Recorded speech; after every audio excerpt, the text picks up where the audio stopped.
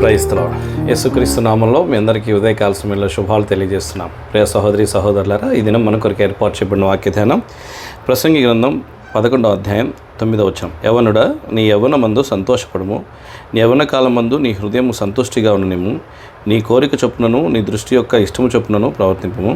అయితే వీటన్నిటిని బట్టి దేవుడు నిన్ను తీర్పులోనికి తెచ్చునని జ్ఞాపకం ఉంచుకొనుము. దేవుడి మాటలు మన్నిటిలో దీవించునుగాక. ప్రియ సహోదరి సహోదరులారా, ఉదయకాల సమయంలో యవ్వన కాలం గురించి మనము ఈ అధ్యాయంలో చదువుతాం. సాధారణంగా సొలొమోను ప్రసంగి గ్రంథంలో ఎన్నో విషయాల గురించి మాట్లాడతాడు, కానీ యవ్వన కాలం గురించి మాత్రం ఇక్కడే మాట్లాడతాడు. యవ్వన కాలం చాలా ప్రశస్తమైందని మనందరికీ బాగా తెలుసు. యవ్వన కాలం ఎంతో మన లైఫ్ని సెట్ చేసే ఒక సరైనటువంటి సమయం అనేది మనకు బాగా తెలుసు. అయితే యవ్వనస్తులు సాధారణంగా ఎలా ఉంటారంటే, లైఫ్ని సెట్ చేసుకోవడానికంటే బదులుగా లైఫ్ని ఎంజాయ్ చేయడానికి ఎక్కువ ఆలోచన చేస్తుంటారు. యవ్వనస్తులు లైఫ్ని సెటిల్ చేసుకోవడం, లైఫ్ని చక్కగా మలుచుకోవడానికి బదులుగా సమయాన్ని వృధా చేయడానికి, కాలయాపన చేయడానికి, సమయాన్ని వ్యర్థం చేయడానికి, టైంపాస్ చేయడానికి, ఎక్కువగా తమ సమయాన్ని పోగొట్టడానికి, అనవసరమైన వాటి మీద ఎక్కువగా శ్రద్ధ నిలవడానికి యవ్వనస్తులు ప్రయత్నం చేస్తుంటారు. ఇది మనం చాలా బాధాకరమైన విషయం. ఎందుకంటే ఆ సమయం జీవితాన్ని కట్టుకోవడానికి దేవుడిచ్చిన ఒక అద్భుతమైనటువంటి వయస్సు, అద్భుతమైనటువంటి కాలం.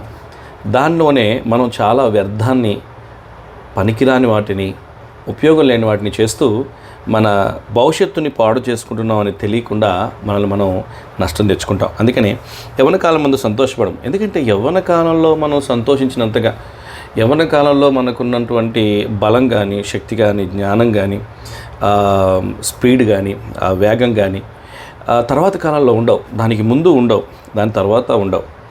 కాబట్టి యవ్వన కాలంలో చాలా సంతోషించడానికి అవకాశం ఉంది. యవ్వన కాలంలో సంతోషించినంతగా తర్వాత దానికి ముందు మనం సంతోషించలేము. ఎందుకంటే బాల్య దినాల్లో మనం సంతోషించింది మనకి ఎక్కువగా జ్ఞాపకం ఉండదు. దాన్ని బాల్య దినాల్లో మనం అనుభూతి చెందలేం. తర్వాత పెద్ద వయసు వచ్చిన తర్వాత, బాధ్యతల్లోకి వచ్చిన తర్వాత అంతగా టైం మనకి దొరకదు. అంత ఆనందించేటువంటి, అంతగా సంతోషపడేటువంటి విషయాలు ఉండవు. ఎందుకంటే మన బాధ్యత మనమే తీసుకోవాలి. యవ్వన కాలంలో మన తల్లిదండ్రులు మన గురించి పట్టించుకుంటారు కాబట్టి మన బాధ్యత మనం అంత ఎక్కువగా తీసుకోం. కాబట్టి ఆ కాలంలో సంతోషించేంత ఇంకే కాలంలో సంతోషించడానికి కుదరదు.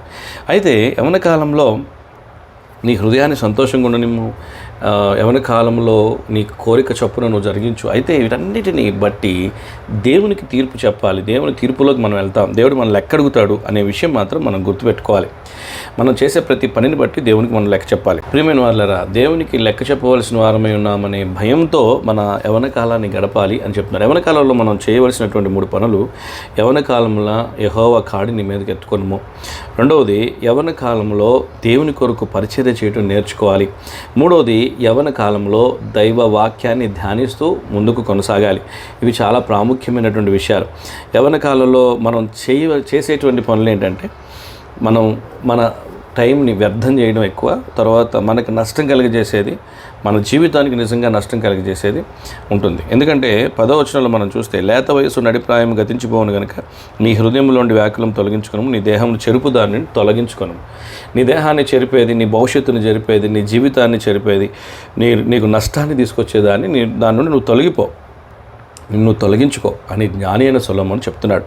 తద్వారా చాలా సహాయం, చాలా మేలు మనకు మనం చేసుకునే వారం అవుతాం. ఎవరికో మనం సహాయం చేయడం కాదు, ఎవరికో మేలు కాదు. యవ్వన కాలంలో ముందు మనకు మనం మేలు చేసుకోవడం నేర్చుకోవాలి. యెహోవా కాడిని ఎత్తుకోవడం, దేవుని పరిచర్యను నేర్చుకోవడం, దేవుని యొక్క వాక్యాన్ని చక్కగా ధ్యానించడం. ఎందుకంటే మనకు తెలుసు, కీర్తన 119లో యవనస్తులు తమ నడతను దేని చేత శుద్ధి చేసుకుందరు. యవనస్తుల నడతల్లో ఎన్నో వంకరలు ఉంటాయి. యవనస్తుల నడతల్లో ఎన్నో బుద్ధిహీనతలు ఉంటాయి. యవనస్తుల నడతల్లో ఎన్నో ఆకర్షణలు ఉంటాయి. అంటే వారికి అవసరమైన దానికి నడిచేదానికంటే కూడా ఆకర్షింపబడిన దానికి నడిచేది ఎక్కువగా ఉంటుంది. కాబట్టి ఆ ఆకర్షించబడేదానికి నడిచేది ఎక్కువగా, అలాగే ప్రేరేపించబడేదానికి నడిచేది ఎక్కువగా ఉంటుంది. కానీ వాళ్ళకి అవసరమైన మార్గంలో నడవడం వారికి తెలియదు. కాబట్టి వారి నడతలు ఎలా శుద్ధి చేసుకుంటారు? దేవుని వాక్యాన్ని ధ్యానించడం ద్వారా, దాన్ని జాగ్రత్తగా చూసుకుంటూ ద్వారా అని కీర్తనకారుడు 119వ కీర్తనలో చెప్పడం మనకు బాగా తెలుసు. కాబట్టి ఉదయకాల సమయంలో యవ్వన కాలం చాలా ప్రశస్తమైంది. చాలా బలంతో, చాలా జ్ఞానంతో, చాలా వేగంతో కూడుకుంది. అయితే ఈ బలాన్ని, జ్ఞానాన్ని, వేగాన్ని దేవుని కోసం వాడు. నీకున్న జ్ఞానం, నీకున్న వేగం, నీకున్నటువంటి బలం దేవుని పరిచర్యలో బలంగా వాడు.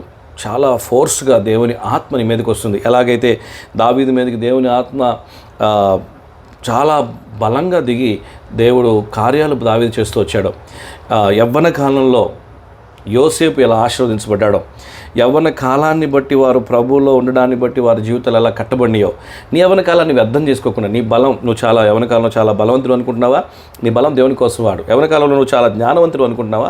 మీ అమ్మ నాన్నకి ఏం తెలియదు, పాత మనుషులు అనుకుంటున్నావా? నీ జ్ఞానాన్ని దేవుని కోసం వాడు. యవ్వన కాలంలో నేను చాలా స్పీడ్, చాలా వేగంగా ఉంటాను, వేగంగా తీర్మానాలు చేసుకుంటూ వేగంగా నేను పని చేయగలను అనుకుంటున్నావా?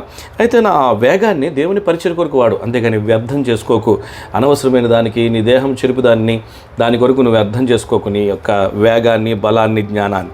కాబట్టి ఉదయకాల సమయంలో యవ్వన కాలంలో జాగ్రత్తగా ప్రభు యొక్క చేతుల్లో ఉండడం, ప్రభు హస్తాలు నడిపించబడడం నేర్చుకుందాం. ఎందుకంటే 10వ వచనంలో జ్ఞాపకం చేయబడుతుంది, లేత వయసు నడిప్రాయము గతించిపోతాయి. ఇవి గతించిపోయిన తర్వాత దీని ప్రభావం నీ జీవితం అంతా ఉంటుంది. అందుకని మన యవ్వన కాలాన్ని చాలా జాగ్రత్తగా గడుపుకుందాం. మనకు దేవుడిచ్చిన జ్ఞానాన్ని, దేవుడిచ్చిన బలాన్ని, దేవుడిచ్చిన వేగాన్ని దేవుని పరిచయం కొరకు వాడి దేవుని మహింపరుద్దాం. దేవుడు అలాగూ మన యవ్వన బిడ్డలందరినీ సిద్ధపరచును గాక. దేవుడి మాటలు మన ఇంట్లో దీవించును గాక. ప్రార్థన. మహాకృపలింగ తండ్రి, ఉదయకాల సమయంలో మరొకసారి మాతో మాట్లాడుతూ వచ్చిన మాటలకైనా కొందనాలు. యవ్వన కాలం ఉన్న బిడ్డలందరినీ మీరు తాకండి. యవ్వన కాలం ఎంత ప్రశస్తమైనదో, ఆ ప్రశస్తమైన కాలంలో ప్రశస్తమైన దేవుని సేవ ప్రశస్తంగా చేయడానికి ప్రతి ఒక్కరిని మీరు జ్ఞాపకం చేసుకుంటూ రమ్మని ప్రార్థన చేస్తున్నాం. విన్న ప్రతి ఒక్కరిని దీవించండి. వారి పిల్లలను కూడా యవ్వన కాలంలో దేవుని కొరకు అలాగ పెంచగలుగులాగున సహాయం చేయమని, వారికి నేర్పించగలుగులాగున సహాయం చేయమని ప్రార్థన చేస్తున్నాం. ఈ పరిచయం నిగటి ఫలింపజేసి అనేక మందికి ఆశీర్వాదకరంగా చేయండి. అనారోగ్యంగా ఉన్న బిడ్డలను మీరు స్వస్థపరచండి. ప్రతి ఒక్కరిని పేరు పేరును మీరు దీవించి ఆశీర్వదిస్తున్నామని, సమస్తం చెలికి అప్పగించుకుంటూ మా ప్రార్థన అంగీకరించమని, మా ప్రభువును రక్షకుడునైన యేసుక్రీస్తు వారి శ్రేష్టమైన, శ్లాఘనీయమైన, సార్వభౌమాధికారం కలిగిన నామంలో అడిగి వేడి ప్రార్థిస్తున్నాం తండ్రి. ఆమేన్. Praise the lord. దేవుడు మిమ్మల్ని దీవించునుగాక.